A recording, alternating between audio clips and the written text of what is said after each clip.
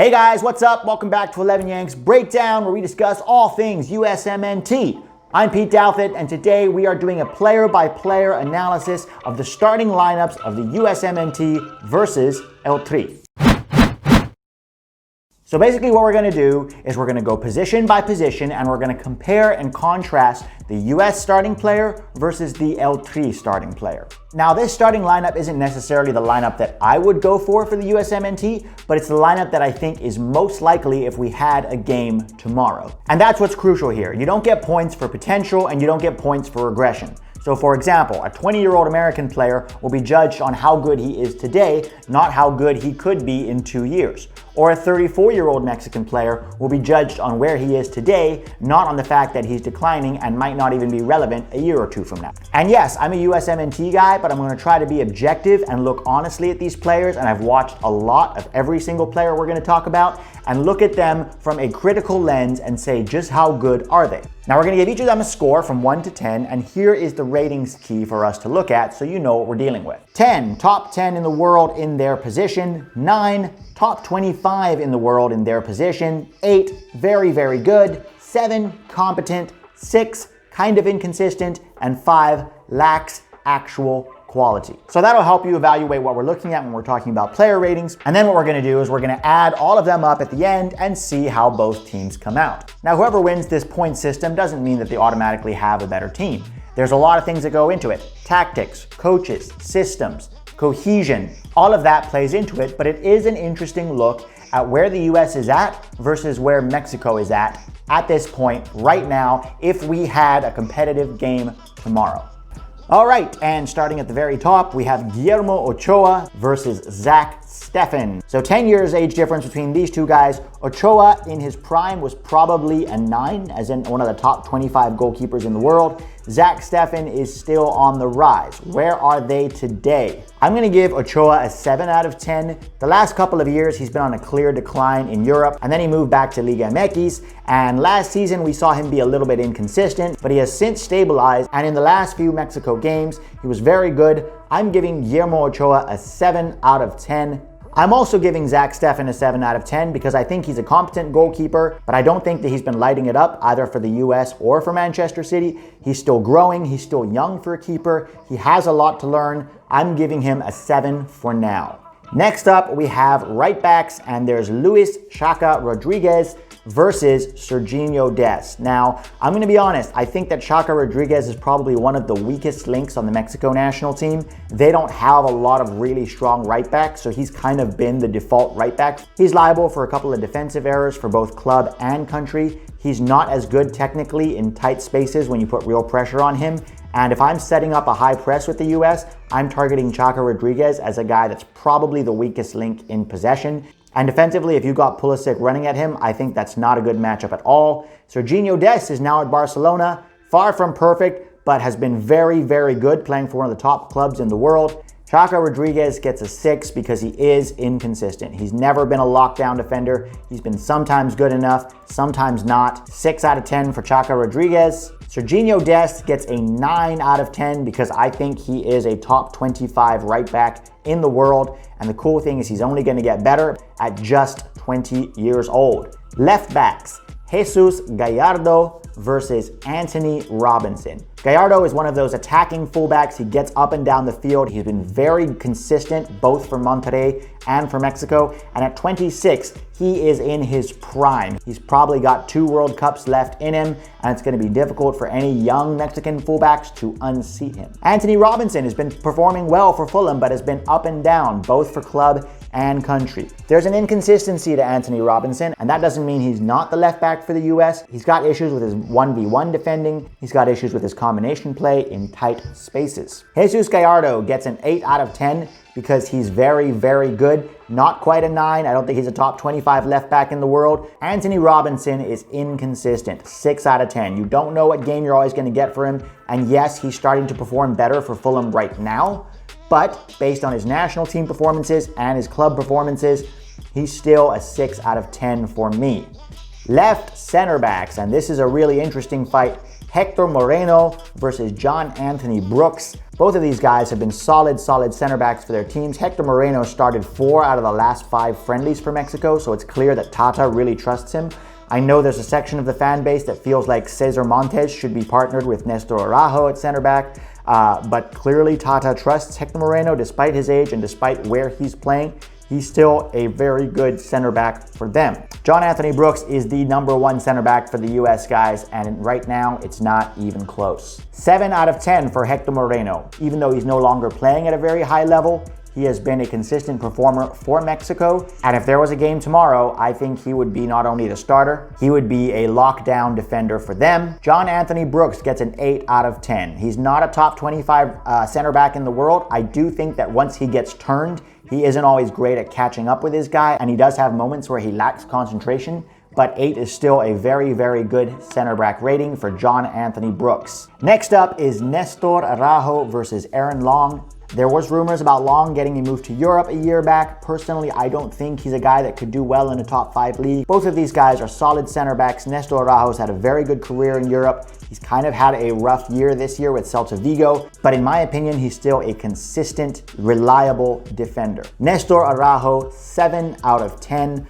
I toyed with the idea of giving him an 8, but I can't really say he's very good. Also, there are some times where he's played with Mexico and he hasn't always looked comfortable. Aaron Long has had a rough season with the New York Red Bulls and has made some mistakes with the US men's national team. He gets a 6 out of 10 simply because he is inconsistent. Aaron Long is honestly just a placeholder for the next couple of months. If we had a competitive game tomorrow, he would start, but Chris Richards is the guy that's going to take over his spot very soon. Into holding midfield now, and this is where it gets really fun. Edson Alvarez, the 23-year-old midfielder slash defender for Ajax. I think Edson Alvarez will mostly be used in midfield because that's where Tata Martino is going to want to use him. Tyler Adams, 21-year-old playing for RB Leipzig. Julian Nagelsmann trusts him a lot, either always starting or getting significant minutes off the bench. Edson Alvarez, for me, gets an 8 out of 10. And I know a lot of people are slagging on him right now because he's lost his starting spot with Ajax, but he's very good as a holding midfielder, protecting the back line. His distribution is excellent,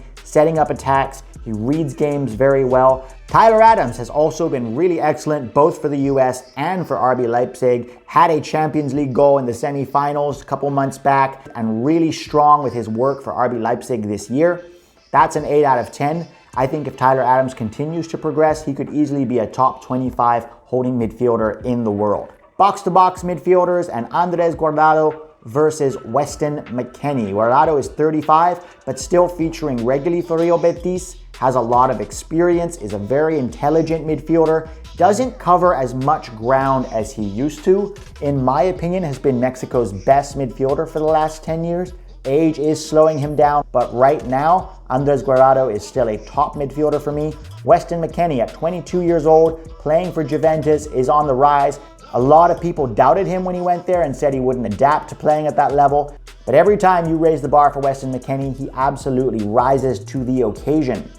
Andres Guardado gets a 7 out of 10 because he's steady and consistent. He isn't going to dominate the midfield as much as he used to, and that probably bumps him down a notch from being an 8.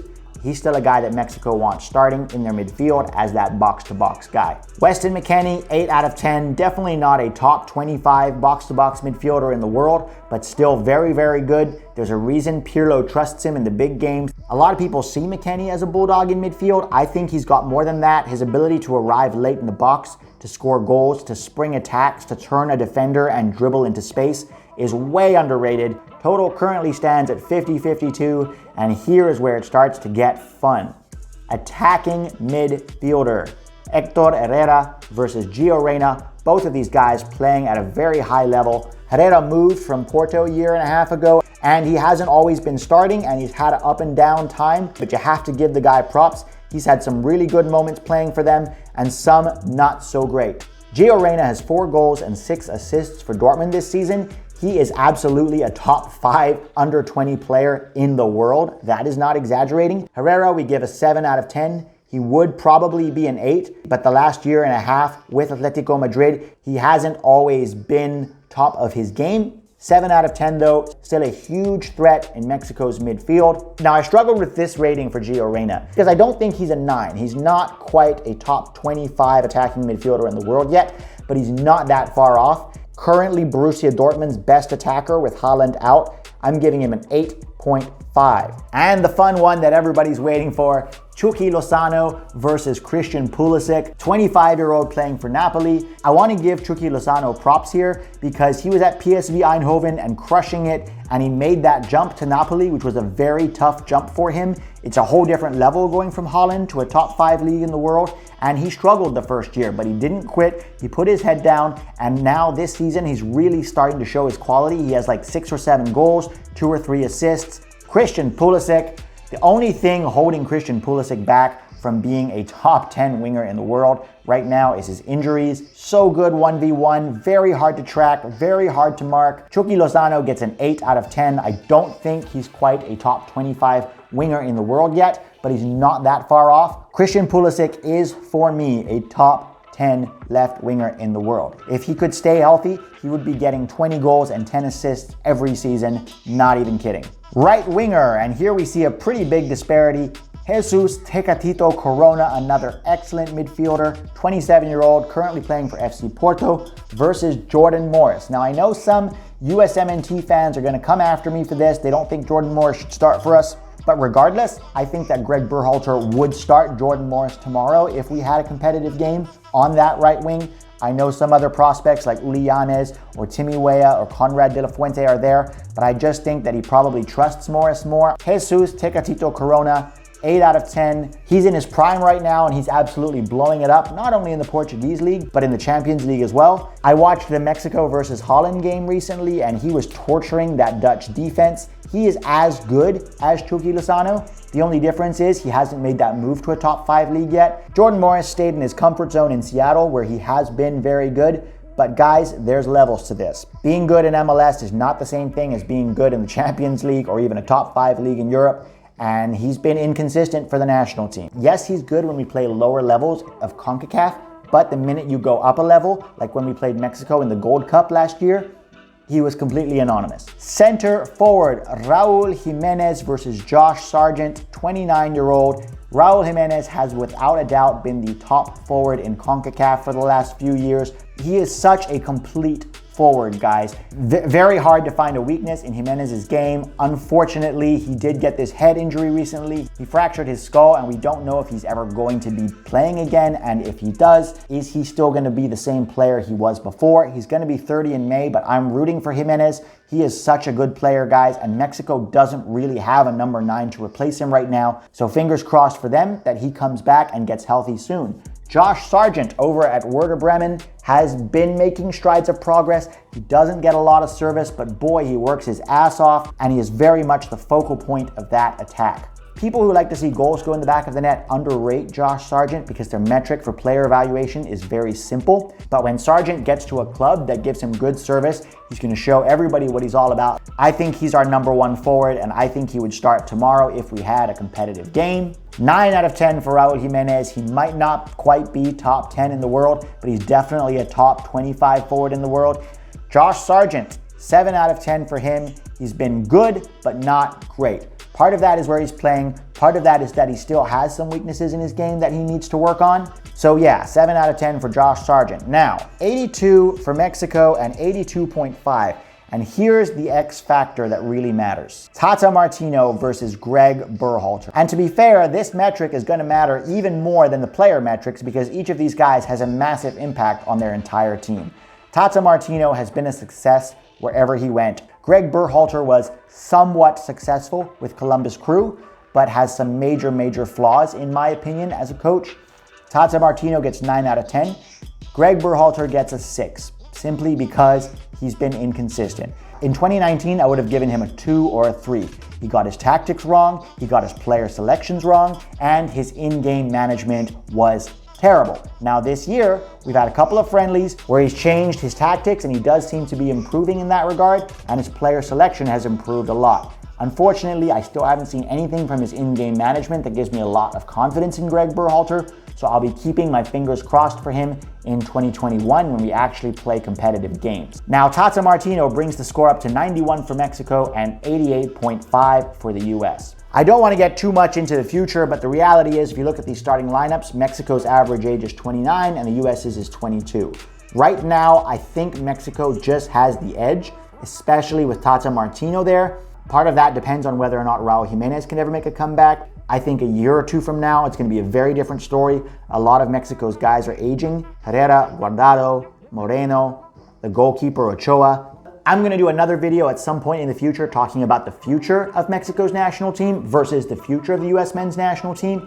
And it is not quite as tight or as close as this one. The US is producing players at a level that Mexico just isn't right now. That's it for now, guys. Thanks for watching. Thanks to the Patreon guys who support this channel and make it possible for me to make these videos every week. You guys are awesome. Everyone leave your thoughts in the comments. I will respond, and I will see you next Tuesday.